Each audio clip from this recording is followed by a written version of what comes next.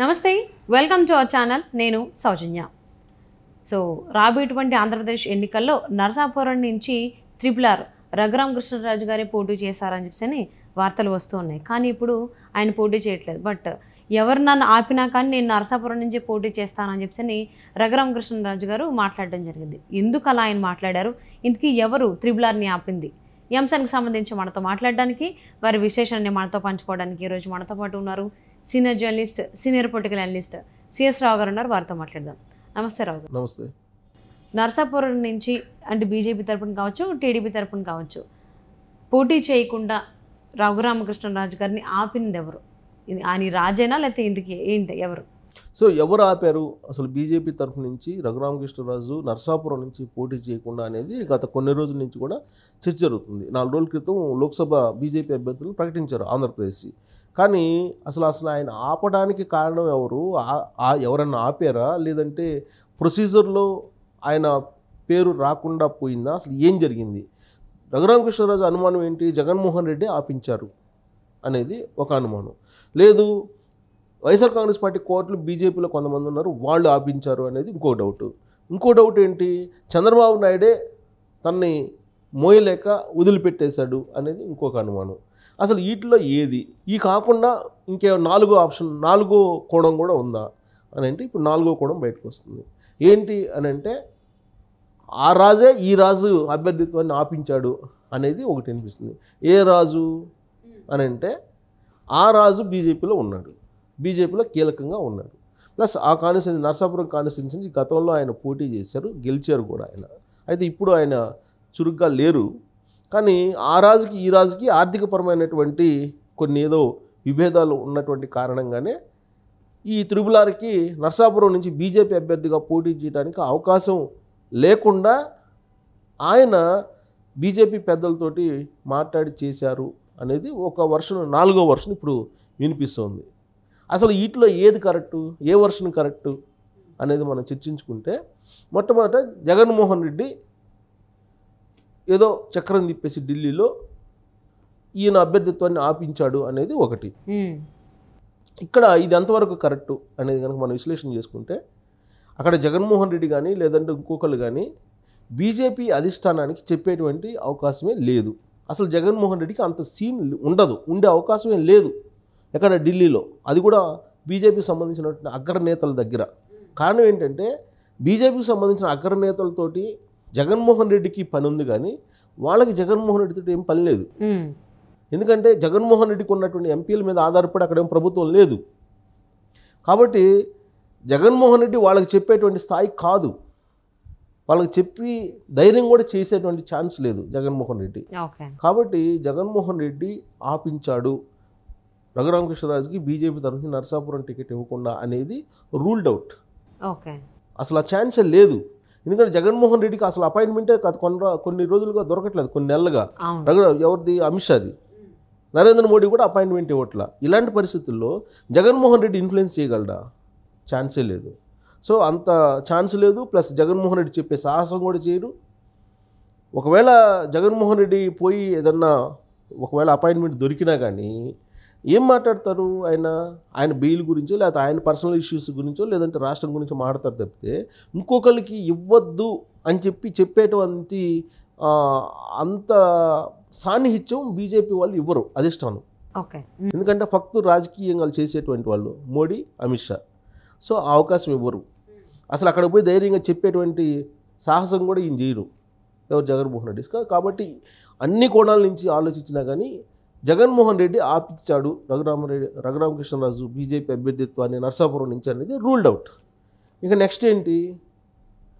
బీజేపీలో ఉండేటువంటి కొంతమంది వైఎస్ఆర్ కాంగ్రెస్ పార్టీ కోవర్టులు లేఖలు రాయటం ద్వారా ఈయన అభ్యర్థిత్వాన్ని ఆపించారు అనేది ఇంకొక వర్షన్. సో ఆయన చెప్పేదంటే పేర్లేంటి? రఘురామకృష్ణరాజు చెప్పేటువంటి పేర్లేంటి? సోమవీర్రాజు, లేకపోతే విష్ణువర్ధన్ రెడ్డి, లేకపోతే జీవీఎల్, లేకపోతే ఇంకో మాధవ్, ఇలాంటి వాళ్ళు ఏదో చెప్తుంటారు. ఇది బీజేపీలో ఉంటూ వైఎస్ఆర్ కాంగ్రెస్ పార్టీకి అనుకూలంగా ఉంటుంటారు, సానుభూతి పరులు అనేది, కోవర్ట్లు అనేది చెప్తూ ఉంటారు మీడియాలో. బట్ అది వాస్తవం కాకపోవచ్చు. ఎందుకంటే బీజేపీలో ఒక హార్డ్ కోర్ కార్యకర్తలు లేదంటే హార్డ్ కోర్ నాయకులు ఉంటేనే వాళ్ళు మనుగడ సాగించగలరు అక్కడ. అదర్వైజ్ అసలు ఆ పార్టీలో కొనసాగరు ఎక్కువ కాలం. ఇది ఒక కాన్సెప్ట్.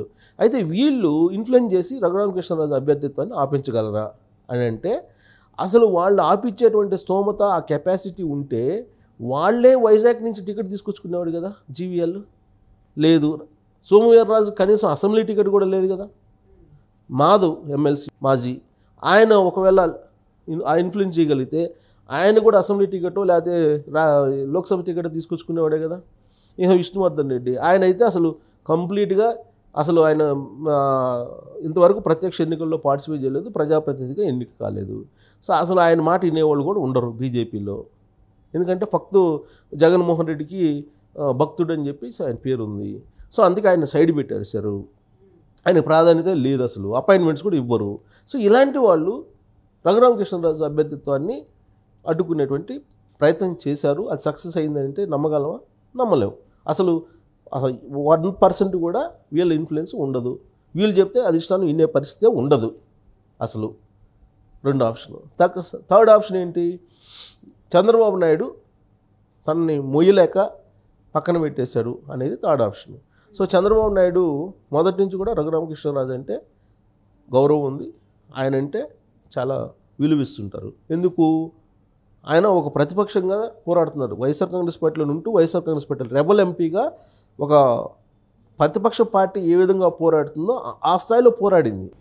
ఆ పోరాటం చూసిన తర్వాతనే జగన్మోహన్ రెడ్డి ఒక రకంగా ఆందోళన చెందాడు, కదిలిపోయాడు. సో అందుకే చంద్రబాబు నాయుడుకి రఘురామకృష్ణరాజు అంటే ఇష్టం. సో కాబట్టి చంద్రబాబు నాయుడు ఆయన కాదని ఎందుకు అనుకుంటాడు?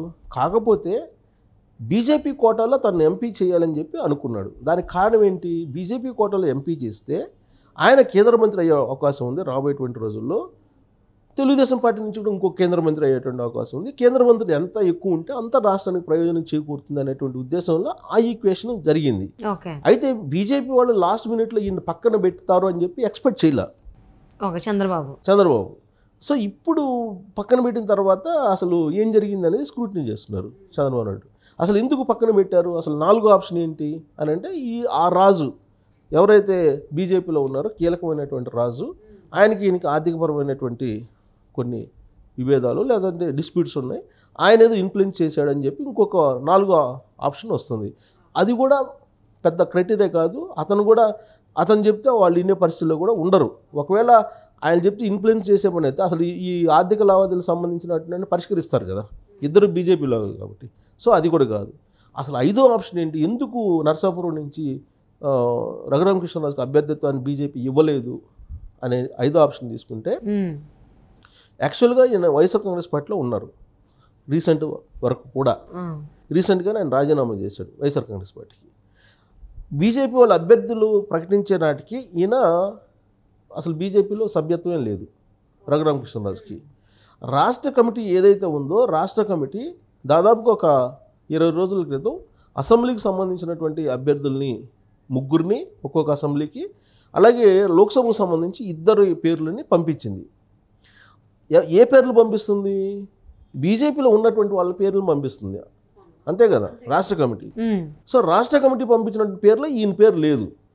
సో కాబట్టి నేషనల్ బీజేపీ పార్లమెంటరీ బోర్డు ఈ లిస్టులో ఉండేటువంటి వాళ్ళని ఫైనల్ చేస్తుంది. అలా ఫైనల్ అయ్యేటువంటి పేరే వర్మ పేరు. ఓకే. సో కాబట్టి ఇక్కడ టెక్నికల్ ఇష్యూ వచ్చింది. దీనికి ఏం చెప్తున్నారు? అసలు నువ్వు సభ్యత్వం లేకుండానే నీకు ఎలా ఇస్తారు అనేది ఒకటి ఇప్పుడు కొంతమంది రైజ్ చేస్తున్నారు. అయితే సభ్యత్వం లేకుండా అప్పటికప్పుడు పార్టీలు చేరినటువంటి వాళ్ళకు కూడా ఇచ్చిన సందర్భాలు ఉన్నాయి. ఇప్పుడు హైదరాబాద్ ఉంది, హైదరాబాద్లో మాధవీలత ఆవిడ ఆల్రెడీ ఎప్పటి నుంచో పనిచేస్తున్నారు, హిందూ అంటే బీజేపీ యాంగిల్లో పనిచేస్తూ ఉన్నారు. కాబట్టి ఆమెకి సీట్ ఇచ్చేశారు. తర్వాత ఒక మంచి రోజు చూసుకుని ఆవిడ బీజేపీలో జాయిన్ అయ్యారు. ఆవిడది ఎక్సెప్షనల్ కేసు హైదరాబాదు సంబంధించినటువంటిది. మిగతా ఇప్పుడు ఏపీలో ఉంది, వరప్రసాద్ జాయిన్ అయ్యాడు, తిరుపతి ఇచ్చారు, అప్పుడే జాయిన్ అయ్యాడు, అప్పుడే ఇచ్చారు. కానీ నువ్వు అప్పుడు కూడా జాయిన్ కాలేదు కదా, ఇప్పటికి కూడా జాయిన్ కాలేదు కదా బీజేపీలో. సో కాబట్టి ఇక్కడ టెక్నికల్ ఇష్యూ వల్ల ఆగిపోయిందని చెప్పి ఒక ఫైనల్ వర్షన్ వస్తుంది తప్పితే ఇక్కడ జగన్మోహన్ రెడ్డికి రఘురామకృష్ణరాజు త్రిపులారిని ఆపే సీన్ లేదు. సో అంటే రఘురామకృష్ణరాజు గారికి టికెట్ రాకపోవడానికి చాలా కారణాలు ఉన్నట్టున్నాయి అంటారు. అంటే కర్నూలు చావుకి 1,00,000 కారణాలు అన్నట్టు 1,00,000 కారణాలు ఏమి లేవు. టెక్నికల్ ఇష్యూనే. ఆయన బీజేపీలో చేరినట్టయితే బీజేపీ వాళ్ళు ఇచ్చిండే వాళ్ళే, కానీ బీజేపీలో ఇప్పటివరకు చార్లా. ప్లస్ అట్లీస్ట్ ఆయన రాజీనామా చేసిన వెంటనే చేరినా అయిపోయినది. తాడేపల్లిగూడెం సభలో జెండా సభలో ఏం చెప్పాడు, ఏదో ఒక పార్టీ తరఫు నుంచి నేను పోటీ చేస్తాను, బట్ నర్సాపురం నుంచి పోటీ చేస్తానని చెప్పారు ఆయన. ఇప్పటికీ ఏ పార్టీలో లేడు ఆయన, ఇప్పటికీ ఏ పార్టీలో జాయిన్ అవ్వాలా. మరి రాబోయేటువంటి ఎన్నికల్లో ఏ పార్టీ నుంచి ఈయన పోటీ చేస్తారనేది చూద్దాం. టెక్నికల్గా ఏంటంటే బీజేపీ వాళ్ళు ఒక సిస్టమ్ ఉంటుంది, ఏ నేషనల్ పార్టీకైనా రాష్ట్ర కమిటీ ఎండార్స్ చేసి కొన్ని పేర్లు సజెస్ట్ చేస్తూ అక్కడ పంపించాలి, అక్కడ మళ్ళీ స్క్రూటినీ చేసి ఒక పేరు ఫైనల్ చేస్తారు. అక్కడ నీకు చారలేదు అనేది ఒకటి. అందులో బీజేపీ వాళ్ళు కొంచెం ఈ ఇష్యూలో చాలా స్ట్రిక్ట్గా ఉంటారు. సో అక్కడ మిస్ అయిపోయింది అంతే తప్ప రఘురామకృష్ణరాజుని బీజేపీలో ఉండేటువంటి వైసీపీ కోవట్లు కానీ, లేదంటే జగన్మోహన్ రెడ్డి కానీ, లేదా చంద్రబాబు నాయుడు కానీ, లేదంటే ఆర్ రాజు కానీ, ఈ రాజు మీద ఇంకో రాజు ఏదో అడ్డుపుల్లో వేసాడని, ఇలాంటివన్నీ కూడా ఉల్లే ప్రచారం వరకు మాత్రమే తప్పితే వేరే కాదు అనేది మనం. సో మరి రాబోయేటువంటి రోజుల్లో రఘురామకృష్ణరాజు గారు ఏ పార్టీ నుంచి పోటీ చేస్తారో చూద్దామండి. And thank you so much for spending your valuable time with us, C S Rao garu. Thank you.